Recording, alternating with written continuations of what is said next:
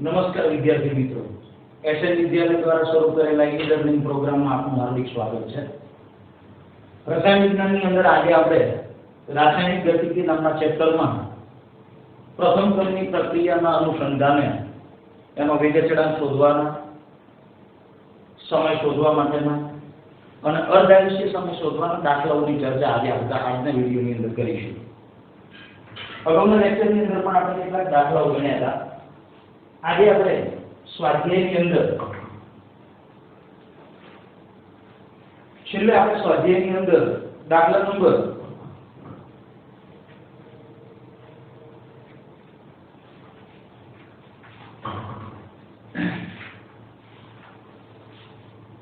4.10 ની ચર્ચા કરી હતી। આગળનો દાખલા નંબર 4.11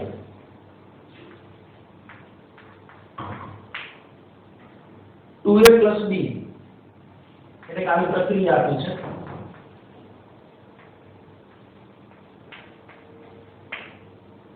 અને ಈ પ્રક્રિયાના ગતિકી અભ્યાસ દરમિયાન કેટલાક પરિણામો મળ્યા છે। એ પરિણામોનું એક ટેબલ આપેલું છે। એ ટેબલની અંદર જુદા જુદા ચાર પરિણામો આપેલા છે, જેમાં પ્રક્રિયક A ની જુદી જુદી ચાર સાંદ્રતાઓ છે, પ્રક્રિયક B ની પણ જુદી જુદી ચાર સાંદ્રતાઓ છે, અને એના અનુસંધાને D ની બનાવટનો પ્રારંભિક વેગ તમને આપેલો છે। તો પ્રક્રિયાનો વેગ નિયમ તારો અને વેગ અચળાંકનું મૂલ્ય નક્કી કરો। તો આ ચાર પરિણામો જે તમને કોઠાની અંદર આપેલા છે એના અનુસંધાને હું જુદા જુદા ચાર એક સમીકરણો અહીંયા હું લખી નાખું। પહેલા તો આ પ્રક્રિયામાં ભાગ લેતા પ્રક્રિયકો A અને B છે। પ્રક્રિયાનો પ્રક્રિયા ક્રમ કયો છે એ આપણને ખબર નથી, એટલે પહેલા તો આપણે પ્રક્રિયા ક્રમ શોધવો પડે। તો પહેલા પ્રક્રિયા વેગનું સમીકરણ લખી નાખું। તો પ્રક્રિયા વેગ બરાબર k સાંદ્રતા ઓફ A એની x ઘાત ઇન્ટુ સાંદ્રતા ઓફ B એની y ઘાત। તો પહેલા હું પ્રક્રિયા ક્રમ નક્કી કરીશ। તો પહેલા હું ચાર પરિણામો જે આપેલા છે ચાર પરિણામોના અનુસંધાને જુદા જુદા ચાર એક સમીકરણો બનાવી નાખું। પહેલું સમીકરણ જેનો પ્રક્રિયા વેગ તમને આપેલો છે, તો કે પ્રક્રિયા વેગ છે 6 × 10⁻³ બરાબર k। પ્રક્રિયક A ની સાંદ્રતા છે 0.1 એની x ઘાત, પ્રક્રિયક B એની સાંદ્રતા પણ છે 0.1 ઘાત એની y ઘાત। આ સમીકરણ નંબર 1। એ જ રીતે સમીકરણ બીજું, તો બીજા સમીકરણની અંદર પ્રક્રિયાનો વેગ એટલે D ની બનાવટનો પ્રારંભિક વેગ આપેલો છે 7.2 × 10⁻² બરાબર k। A ની સાંદ્રતા એ છે 0.3 એની x ઘાત, B ની સાંદ્રતા એ છે 0.2 એની y ઘાત। ત્રીજું સમીકરણ પ્રક્રિયા વેગ છે 2.88 × 10⁻1 બરાબર k। પ્રક્રિયક A ની સાંદ્રતા છે 0.3 એની x ઘાત, પ્રક્રિયક B એની સાંદ્રતા છે 0.4 એની y ઘાત। અને ચોથું એક પરિણામ જેમાં પ્રક્રિયાનો વેગ આપેલો છે 2.40 × 10⁻² બરાબર k। પ્રક્રિયક A ની સાંદ્રતા 0.4 એની x ઘાત, પ્રક્રિયક B એની સાંદ્રતા 0.1 એની y ઘાત। તો આના ઉપરથી આપણે પ્રક્રિયાના વેગ નિયમનું સમીકરણ લખવું છે, અને સાથે સાથે એનો વેગ અચળાંક k એનું મૂલ્ય પણ આપણે નક્કી કરવું છે। તો આ ચાર પરિણામો આપેલા છે એના અનુસંધાને મારે x અને y ની કિંમતો પહેલા ગોતવી હોય તો એવા ચાર પરિણામો જે છે એમાંથી એવા પરિણામ મારે નક્કી કરવા પડે કે જેથી કરી અને કોઈ પણ એક પ્રક્રિયા ક્રમના અનુસંધાને માની લો કે અહીંયા 0.1 ની x ઘાત છે, અહીંયા છે નહીં, અહીંયા 0.1 ની y ઘાત છે, અહીંયા 0.1 ની y ઘાત છે, એટલે આ બે સમીકરણો લો તો એ બે સમીકરણોમાં y નામનું પદ તો કેન્સલ થઈ જાય, એટલે એના ઉપરથી મને x નું મૂલ્ય મળી જશે। આ બે પરિણામ લઈશ તો આ x નું મૂલ્ય કેન્સલ થઈ જશે, એના ઉપરથી મને y નું મૂલ્ય મળી જશે. તો પહેલું કામ શું કરીએ તો કે સમીકરણ 4 અને સમીકરણ 1 એમાં આ મૂલ્ય જે છે એ આના કરતા વધુ છે, એટલે સમીકરણ 4 ને હું સમીકરણ 1 વડે ભાગી નાખું. સમીકરણ 4 ને સમીકરણ 1 વડે ભાગતા તો 4 ને 1 વડે ભાગીએ તો સમીકરણ 4 છે 2.40 ગુણ્યા 10 ની માઈનસ 2 ઘાત છેદમાં 6 ગુણ્યા 10 ની માઈનસ 3 ઘાત બરાબર કે 0.4 એની x ઘાત 0.1 એની y ઘાત છેદમાં કે 0.1 એની x ઘાત 0.1 એની y ઘાત. એટલે આ પદ તો કેન્સલ થઈ જશે, તે કેન્સલ થઈ જશે. આનું કેલ્ક્યુલેશન આપણે કરીશું. અહીંયા 4 ભાગ્યા 1 એટલે 4 એની x ઘાત -2 જશે એટલે 10 ની માઈનસ 1 વચ્ચે ઉપર જશે એટલે ઉપર 10 એટલે 2.40 ગુણ્યા 10 ભાગ્યા 6.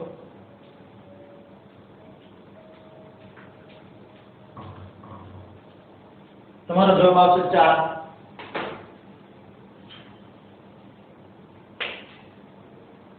તો આના ઉપરથી બંને બાજુ આપણે log લઈ લઈએ, બંને બાજુ log લઈ લઈએ અથવા અહીંયા કઈ નથી એટલે 4 ની 1 ઘાત x log 4 અહીંયા log 4 માટે x બરાબર અહીંયા log 4 ની વેલ્યુ ભાગ્યા અહીંયા log 4 ની વેલ્યુ x બરાબર 1 આવશે. હવે એ જ રીતે મારે પ્રક્રિયક b ના અનુસંધાને y નું મૂલ્ય નક્કી કરવું છે. તો પ્રક્રિયક b ના અનુસંધાને જો મારે y નું મૂલ્ય નક્કી કરવું હોય તો સમીકરણ 3 અને સમીકરણ 2 નો હું ઉપયોગ કરીશ. તો સમીકરણ 3 અને સમીકરણ 2 માં આ મૂલ્ય વધુ છે જ્યારે આ ઓછું છે, એટલે સમીકરણ 3 ને હું સમીકરણ 2 વડે ભાગું. તો કે સમીકરણ 3 ને સમીકરણ 2 વડે ભાગતા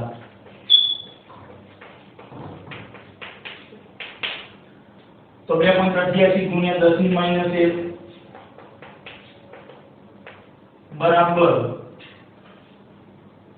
કે 0.3 એની x ઘાત 0.4 એની y ઘાત.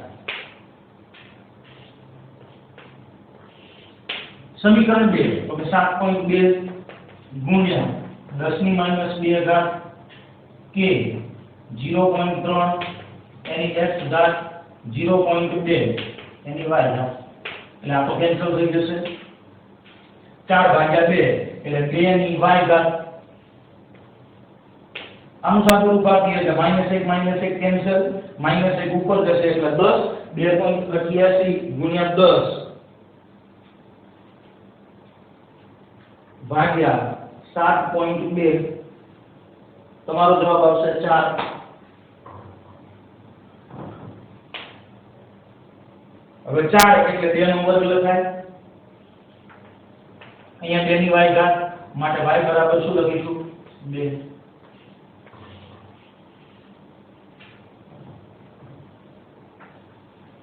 ચાર નો લોગ જોવો પડે, y log 2 ની કિંમત જોવી પડે અથવા 2 નો વર્ગ. આધાર સરખો છે એટલે ઘાતને સરખાવી દઈએ y બરાબર 2 એટલે મને પ્રક્રિયકોના અનુસંધાનમાં પ્રક્રિયાક્રમ મળી જશે. x ની કિંમત આવશે 1, y ની કિંમત આવશે 2. તો પ્રક્રિયા વેગના સમીકરણમાં હું લખી નાખું અહીંયા તો કે પ્રક્રિયા વેગ બરાબર k સાંદ્રતા ઓફ a એની 1 ઘાત સાંદ્રતા ઓફ b એની 2 ઘાત. એટલે પ્રક્રિયા વેગ સમીકરણ થઈ ગયું. હવે મારે એનો વેગ અચળાંક નક્કી કરવો છે. તો વેગ અચળાંક એટલે k નું મૂલ્ય મેળવવું છે. તો કોઈ પણ એક સમીકરણ લઈ લો, માની લો કે પહેલું સમીકરણ છે તો પહેલા સમીકરણની અંદર x ની અને y ની આ કિંમતો આપણે મૂકી દઈએ અને એના ઉપરથી k ને કરતા બનાવી દઈએ એટલે વેગ અચળાંકનું મૂલ્ય મળી જાય. તો આ પ્રમાણે પ્રક્રિયકો અને નિપજોના અનુસંધાને અથવા તો પ્રક્રિયા વેગ આપેલા હોય અને પ્રક્રિયકોની જુદી જુદી સાંદ્રતાઓ ઉપરથી એનો પ્રક્રિયા ક્રમ આપણે નક્કી કરી શકીએ. ત્યાર પછી આવશે દાખલા નંબર 4.12. તો 4.12 ઈ પણ એક કોઠો આપેલો છે. A અને B વચ્ચે પ્રક્રિયા થાય છે. A અને B નામના પ્રક્રિયકો વચ્ચે પ્રક્રિયા થાય છે. પ્રક્રિયક A ના સંદર્ભમાં પ્રક્રિયા પ્રથમ ક્રમની છે અને B ના સંદર્ભમાં શૂન્ય ક્રમની છે. એટલે મને પ્રક્રિયાનો પ્રક્રિયા વેગ આપેલો છે. એટલે પ્રક્રિયા વેગનું સૂત્ર કે પ્રક્રિયક A ની સાંદ્રતા અને પ્રક્રિયક B ની સાંદ્રતા A ના સંદર્ભમાં પ્રક્રિયા પ્રથમ ક્રમની છે જ્યારે B ના સંદર્ભમાં પ્રક્રિયા શૂન્ય ક્રમની છે. અને એના જે પરિણામો છે જુદી જુદી સાંદ્રતા એના પ્રક્રિયા વેગના ઈ તમને કોઠાની અંદર આપેલા છે. અમુક મૂલ્યો આપેલા નથી, મૂલ્યો આપણે શોધવાના છે. તો શરૂઆતમાં A ની સાંદ્રતા આપેલી છે, B ની સાંદ્રતા આપેલી છે, શરૂઆતમાં વેગ પણ આપેલો છે. એટલે એના ઉપરથી હું વેગ અચળાંકનું મૂલ્ય શોધી નાખું. તો પહેલા બિંદુ પરથી પ્રક્રિયા વેગ આપેલો છે 2 ગુણ્યા 10 - 2 બરાબર k. પ્રક્રિયક A એની સાંદ્રતા છે 0.1 અને પ્રક્રિયક B એની સાંદ્રતા પણ છે 0.1. પણ આની તો 0 ઘાત એટલે એ તો મૂલ્ય 1 થશે. તો આના ઉપરથી હું k ને કરતા બનાવું તો k બરાબર 2 ગુણ્યા 10 - 2 છેદમાં 0.1. 0.1 એટલે ઉપર 10 લખાશે એટલે 1 10 કેન્સલ થઈ જશે એટલે 2 ગુણ્યા 10 - 1 એટલે તમારો જવાબ આવશે k બરાબર 0.2. તો વેગ અચળાંકનું મૂલ્ય મને આ મળશે. હવે એના અનુસંધાને બીજા રીડિંગની અંદર B ની સાંદ્રતા આપેલી છે, પ્રક્રિયાનો વેગ પણ આપેલો છે, કે આપણે શોધી કાઢેલો છે અને એના ઉપરથી A નામના પ્રક્રિયક A ની આપણે સાંદ્રતા શોધવાની છે. એટલે આ સમીકરણ જે પ્રક્રિયા વેગનું છે એની અંદર હું આ બીજા પરિણામની વિગતો મૂકી દઉં તો પ્રક્રિયા વેગ ઈ છે 4 ગુણ્યા 10 - 2 ઘાત k. પ્રક્રિયક A એની સાંદ્રતા મારે શોધવાની છે અને પ્રક્રિયક B એની સાંદ્રતા છે 0.2. પણ આની તો 0 એટલે 1, k નું મૂલ્ય 0.2 છે માટે પ્રક્રિયક A ની સાંદ્રતા બરાબર 4 ગુણ્યા 10 - 2 છેદમાં 0.2. પોઈન્ટ દૂર કરીશ એટલે ઉપર 10 આવશે એટલે 1 10 કેન્સલ થઈ જશે એટલે 10 - 1 અને 2 ગુણ્યા 4 એટલે 2/10 તમારો જવાબ આવશે 0.2. તો પ્રક્રિયક A ની સાંદ્રતા આટલા મોલર આવશે. ત્રીજા પરિણામની અંદર બે સાંદ્રતાઓ આપેલી છે અને એમાં આપણે પ્રક્રિયાનો વેગ શોધવો છે. તો પ્રક્રિયા વેગ બરાબર k નું મૂલ્ય આપણે શોધી કાઢ્યું છે, સીધું મૂકી દઉં છું 0.2. પ્રક્રિયક A એની સાંદ્રતા છે 0.4 એની 1 ઘાત ગુણ્યા પ્રક્રિયક B એની સાંદ્રતા ઈ પણ છે 0.4 એની 0 તો 1 જ. તો પ્રક્રિયા વેગ આવશે 0.08. પ્રક્રિયાનો પ્રક્રિયા વેગ કેટલો આવશે 0.08. પ્રક્રિયા વેગનો એકમ છે મોલર પ્રતિ સેકન્ડ એટલે mall litre inverse second inverse.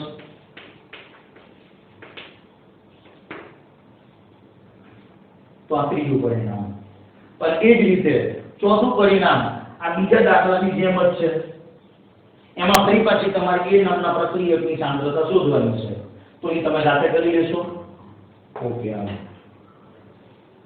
ત્યારબાદ આવશે દાખલા નંબર 4.13. તો 4.13 ની અંદર જુદા જુદા ત્રણ એક દાખલા એક જ સરખા છે એટલે ગમે તે એક દાખલો ગણાવું છું. પ્રથમ ક્રમની પ્રક્રિયા એના વેગ અચળાંકના મૂલ્યો તમને આપેલા છે અને વેગ અચળાંકના મૂલ્યો ઉપરથી એમના અર્ધ આયુષ્ય સમયના મૂલ્યો તમારે શોધવાના. તો 4.13 જુદા જુદા ત્રણેક વેગ અચળાંક આપેલા છે. એ ત્રણે ત્રણ વેગ અચળાંકના મૂલ્યો ઉપરથી તમારે એમના અર્ધ આયુષ્ય સમય શોધવાના છે.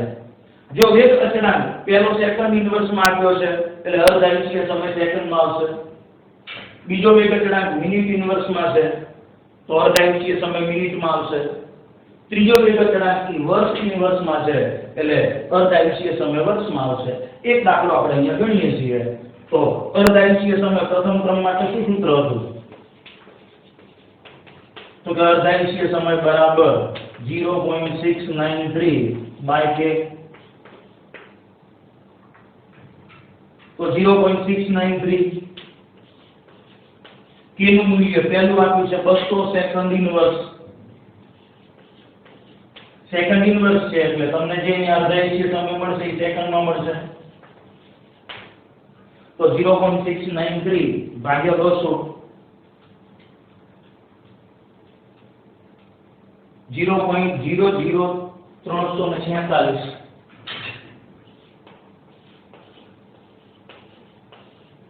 અથવા 3.8 થશે જઈએ 3.46 ગુણ્યા 10⁻³ સેકન્ડ. તો એ જ પ્રમાણે બીજા રીડિંગ ઉપરથી તમે મિનિટની અંદર અર્ધાયુષ્ય સમય શોધી શકો. અને ત્રીજો દાખલો છે એની અંદર વર્ષની અંદર તમે અર્ધાયુષ્ય સમય મેળવી શકો. અગત્યનો દાખલો 4.14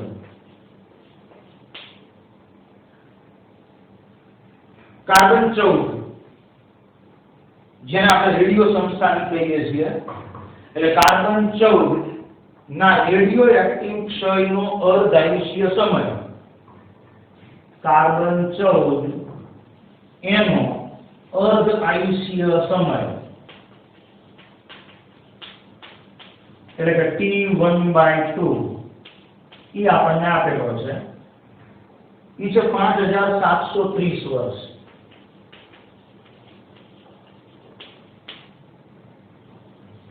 એક પુરાતાત્વિક કૃત્રિમ વસ્તુ કે જે જીવિત વૃક્ષમાં મળેલા કાર્બન 14 ના માત્ર 80% કાસ્ટ ધરાવે છે. એટલે એક નમૂનો છે. એ નમૂનાની અંદર જીવિત જે વૃક્ષ હતું એની સરખામણીમાં અત્યારે હાલ 80% કાર્બનનું પ્રમાણ રહેલું છે. એટલે શરૂઆતમાં જ્યારે જીવિત વૃક્ષ હતું એ વખતે કાર્બનનું જે પ્રમાણ હતું એને આપણે નામ આપી દઈએ R0. તો એ માની લો કે 100% છે. અત્યારે હાલ એ કાર્બનની અંદર માત્ર 40% કાસ્ટ ધરાવે છે. કાર્બન 14 ધરાવતું એટલે એને આપણે 40 થી પણ 80%. એટલે અત્યારે હાલ એની અંદર કાર્બનનું જે પ્રમાણ છે એ 80% છે. તો ઈ નમૂનાનું આયુષ્ય અથવા એની ઉંમર અંદાજો એટલે કે આ નમૂનો કેટલા વર્ષ જૂનો હશે એ તમારે નક્કી કરવું છે. તો પહેલા તો તમને અર્ધાયુષ્ય સમય આપ્યો છે એટલે એના ઉપરથી તમે વેગ અચળાંકનું મૂલ્ય શોધી શકો. કોઈ પણ રેડિયો એક્ટિવિટીની પ્રક્રિયા હોય હંમેશા પ્રથમ ક્રમની પ્રક્રિયા હોય અને પ્રથમ ક્રમની પ્રક્રિયાનો અર્ધાયુષ્ય સમય એનું સૂત્ર છે 0.693 બાય કે પરિણામ 0.693 ભાગ્યા કે એટલે 5730 અર્ધાયુષ્ય સમય આપેલો છે એટલે કે ને કરતા બનાવીએ એટલે T1/2 અહીં આવશે 5730 વર્ષ. એટલે વેગ અચળાંકનું મૂલ્ય મને વર્ષ ઇનવર્સ નામના એકમમાં મળશે. તો 0.693 ભાગ્યા 5730 0.001209 એટલે 3.4 પોઈન્ટ ખસી દઈએ એટલે 1.20 94 1 2 3 4 ગુણ્યા 10⁻⁴ આટલા વર્ષ ઇનવર્સ આવશે. તો પહેલા આપણે એનો વેગ અચળાંક શોધી કાઢ્યો. હવે વેગ અચળાંકનો ઉપયોગ કરવાનો આપણે. શરૂઆતમાં જીવિત વૃક્ષ હતું એ વખતે એની અંદર જે કાસ્ટ છે એમાં કાર્બન 100% છે. અત્યારે હાલ જે કાર્બન છે એની અંદર 80% છે. એટલે આ શરૂઆતની સાંદ્રતા છે.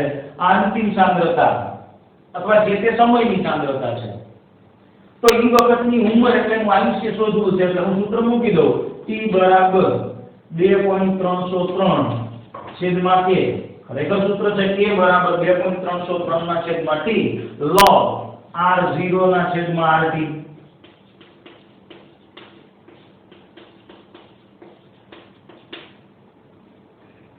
કે આપણને આપેલો છે એક શોધ્યો છે આપણે 1.2094 ગુણ્યા 10 ની માઈનસ 4 તો કિંમત મૂકી દઈએ 2.303 છેદમાં 1.2094 ગુણ્યા 10 ની માઈનસ 4 log 100 ભાગ્યા 80 શૂન્ય કેન્સલ થશે 10 ભાગ્યા 8 એટલે 8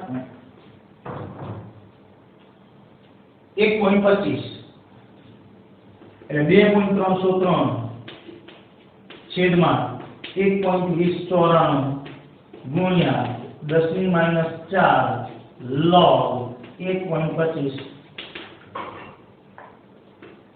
હવે આનો log જોઈશું આપણે 1.25 નો log તો 11મા ધોરણની અંદર લઘુગુણક અથવા લોગિક ટેબલની અંદર log કેવી રીતે જોવાય તમને શીખવાડ્યું છે 2.303 છેદમાં 1.2094 ગુણ્યા 10 ની માઈનસ 4 ગુણ્યા પોઈન્ટ આગળ એકમ છે એટલે 0 અને 12 નો 5 માં log તો 12 નો 5 માં log 0969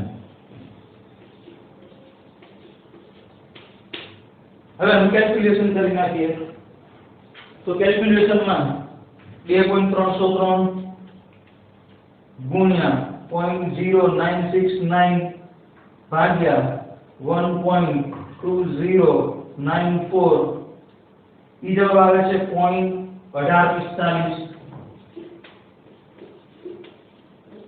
અને -4 છે એનો ઉપર લઈ જાઓ એટલે 10 ની 4 ઘાત ઈ 4 ઘાત માં કેન્સલ કરવી હોય તો આમ 4 પોઈન્ટ કરી દો એટલે ગુણ્યા 10 ની -4 એટલે કેન્સલ થઈ જાય એટલે 1845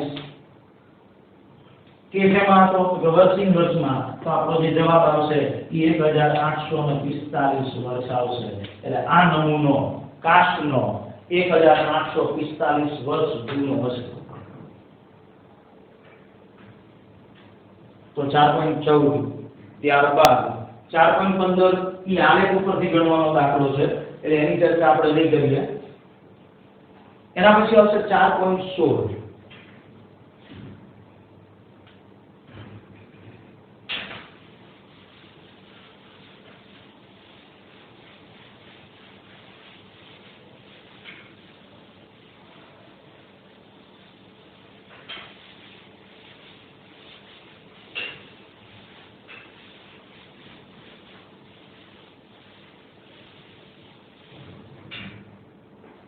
દાખલા નંબર 4.16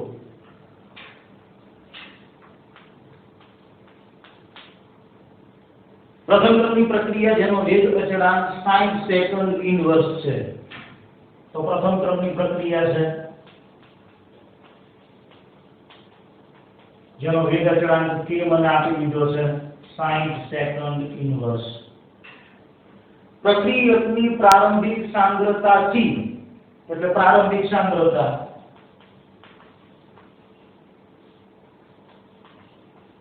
જેને આપણે નામ આપીએ છીએ R0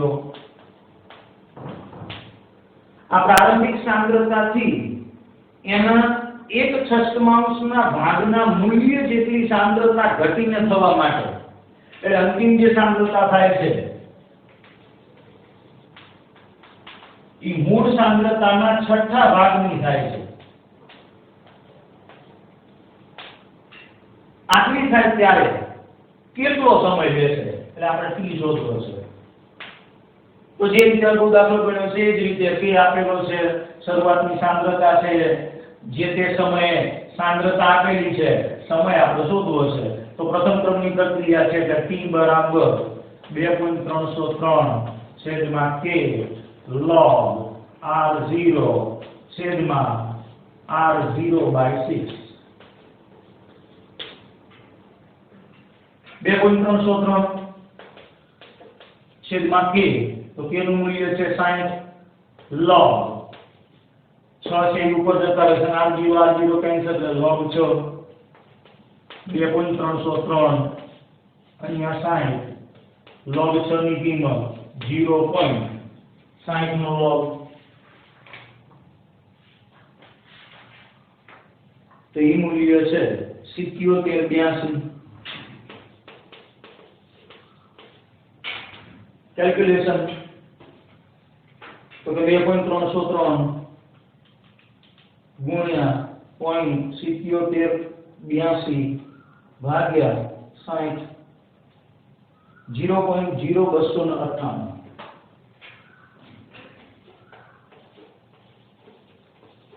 આટલા સેકન્ડ થશે તો આ પ્રમાણે 4.16 નંબરનો દાખલો ત્યાર પછી આવશે 4.17 નંબરનો દાખલો 4.17 કેન્દ્રીય વિસ્ફોટન દરમિયાન નિપજોમાંથી એક 90 પરમાણુ ભાર ધરાવતું સ્ટ્રોન્શિયમ કે જેનો અર્ધઆયુષ્ય સમય એટલે T1/2 આપણને આપેલો છે પીછે 28.1 વર્ષ કેન્દ્રીય વિસ્ફોટન દરમિયાન જે નિપજો બને છે એમાંનું એક સ્ટ્રોન્શિયમ છે જેનો અર્ધઆયુષ્ય સમય 28.1 વર્ષ છે જો એ જ સમયે તાજા જન્મેલા બાળકના હાડકામાં 1 માઇક્રોગ્રામ સ્ટ્રોન્શિયમ કેલ્શિયમના બદલે શોષાયું હોય એટલે બાળકના શરીરની અંદર જ્યારે જન્મે છે ત્યારે 1 માઇક્રોગ્રામ સ્ટ્રોન્શિયમ કેલ્શિયમના બદલેના હાડકાની અંદર જમા થાય છે એટલે જ્યારે જન્મે છે એટલે એ વખતે જન્મતાની સાથે જ એના શરીરમાં રહેલા સ્ટ્રોન્શિયમની સાંદ્રતા એટલે એની માત્રા જેને આપણે R0 કહી દઈએ ઈ છે 1 માઇક્રોગ્રામ તો ઈ બાળકમાં બીજી કોઈ ચયાપચયની ક્રિયાથી આ સ્ટ્રોન્શિયમ ગુમાવાયું નથી એટલે એના શરીરમાં જે જન્મ્યો દાખલ થયેલું સ્ટ્રોન્શિયમ એ અન્ય કોઈ ક્રિયા દ્વારા ગુમાવાતું નથી તો 10 વર્ષ અને 60 વર્ષના અંતે એટલે 10 વર્ષ પછી એના શરીરમાં ઈ સ્ટ્રોન્શિયમની માત્રા કેટલી હશે એટલે મારે R3 ગણવો છે અને એ જ રીતે 60 વર્ષ પછી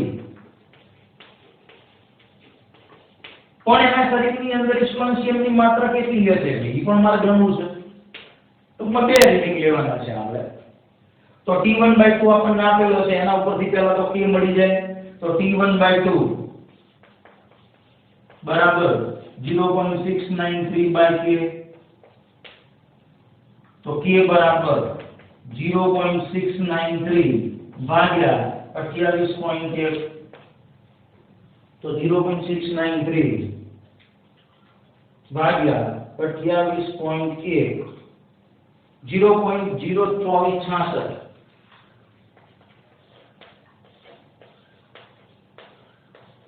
આટલા વર્ષ ઇનવર્સ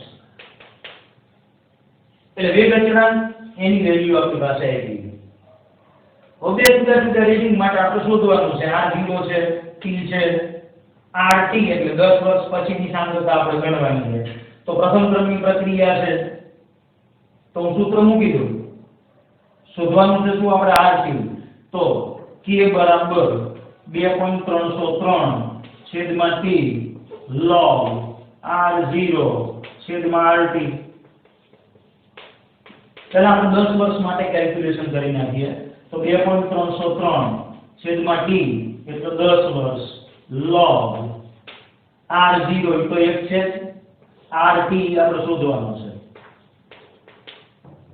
તેનું મૂલ્ય તો અહીંયા આપેલું છે 0.02466 તો હું આને કરતા બનાવી દઉં એટલે log 1/RT is equal to 10 ગુણ્યા 0.02466 ભાગ્યા 2.303 તો 10 ગુણ્યા 0.02466 ભાગ્યા 2.303 0.1070 ફરી એક વખત 10 ગુણ્યા 0.02466 ભાગ્યા 2.303 0.1070.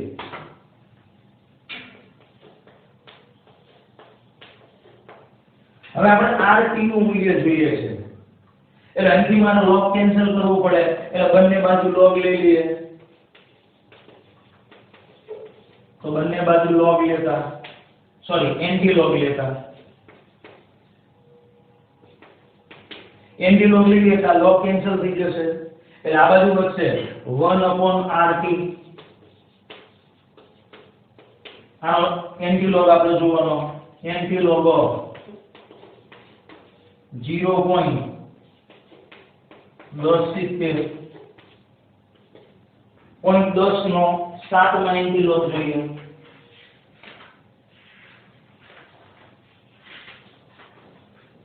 0.10 એનો 7 માં એન્ટી log 1279 એટલે 1279 પણ એન્ટી log જ્યારે જોઈએ ત્યારે આગળ એક અંક રાખીને આ પોઈન્ટ મૂકવો પડે માટે 1/RT બરાબર 1.279 માટે RT બરાબર 1/1.279 તો 1/1.279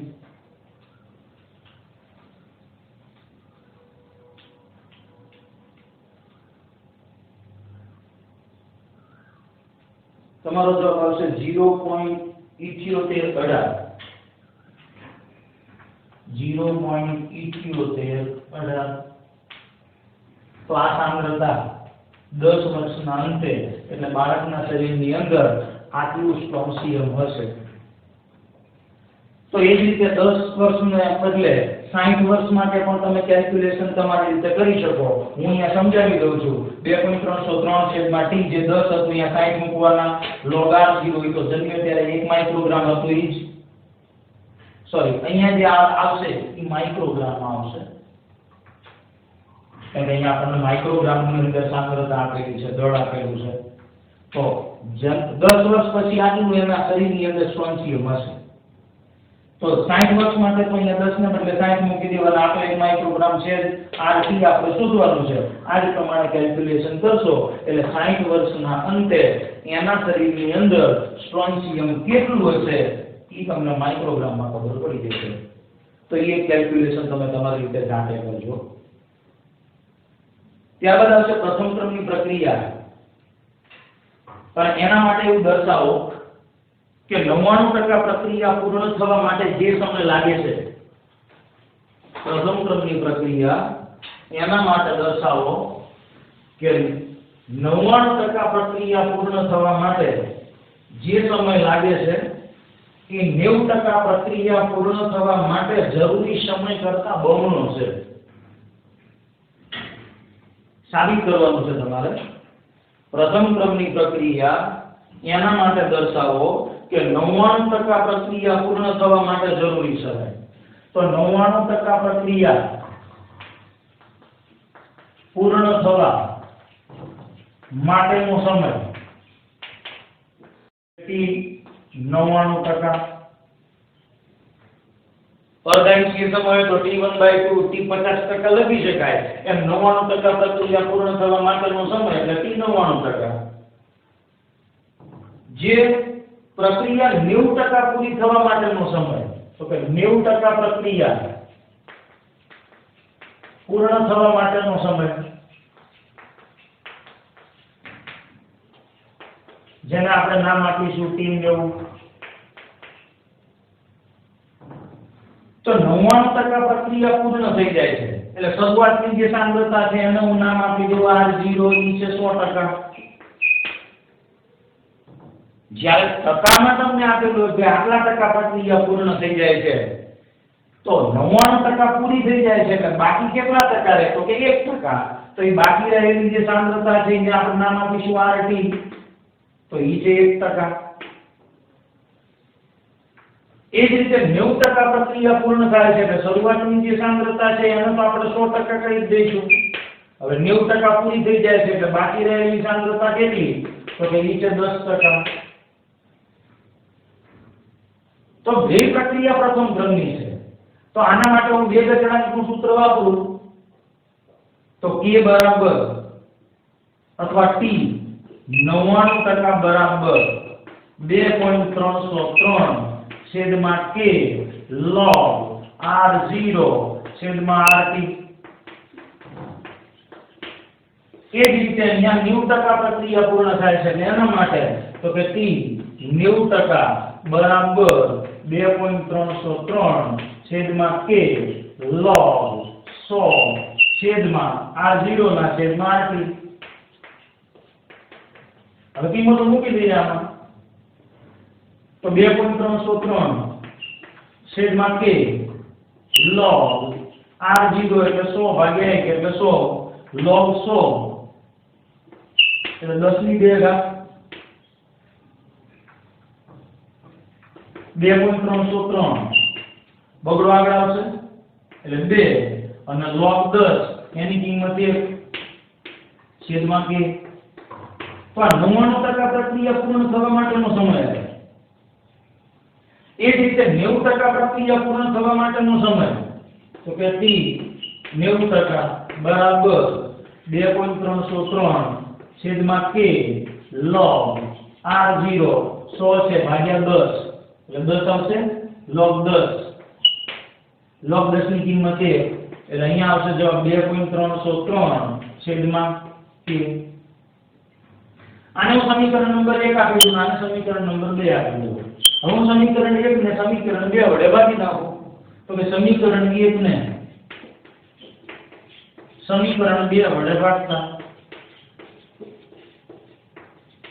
તો 1 ને 2 વડે ભાગીએ એટલે t 99% છેદમાં t 90%. તો 99% માટેની વેલ્યુ 2.303 ગુણ્યા 2 છેદમાં k. 90% માટેની વેલ્યુ 2.303 છેદમાં k એટલે તો ઉપર જશે એટલે k કેન્સલ, આ બે કેન્સલ. હવે 90% જેનો જે સમય છે પ્રક્રિયા પૂર્ણ થવાનું નામ લેજો એટલે 99% પ્રક્રિયા પૂર્ણ થવા માટેનો સમય રહ્યો એ 90% પ્રક્રિયા પૂર્ણ થવા માટેના સમય કરતા કેવો હશે? બમણો હશે. તો અહીંયા વિધાન સાબિત થઈ જાય છે. આવો જ એક દાખલો તમારી બુકની અંદર કોયડા સ્વરૂપે આપેલો છે જેમાં તમને 99.9% પ્રક્રિયા પૂર્ણ થવા માટેનો સમય એવું કીધું છે. તો એ દાખલો તમે તમારી રીતે જાતે ગણજો, બરાબર છે? આ સિવાય હજુ એક બે દાખલાઓ બાકી રહેશે જેની ચર્ચા આપણે આગળના વિડિયોની અંદર કરીશું. નમસ્કાર.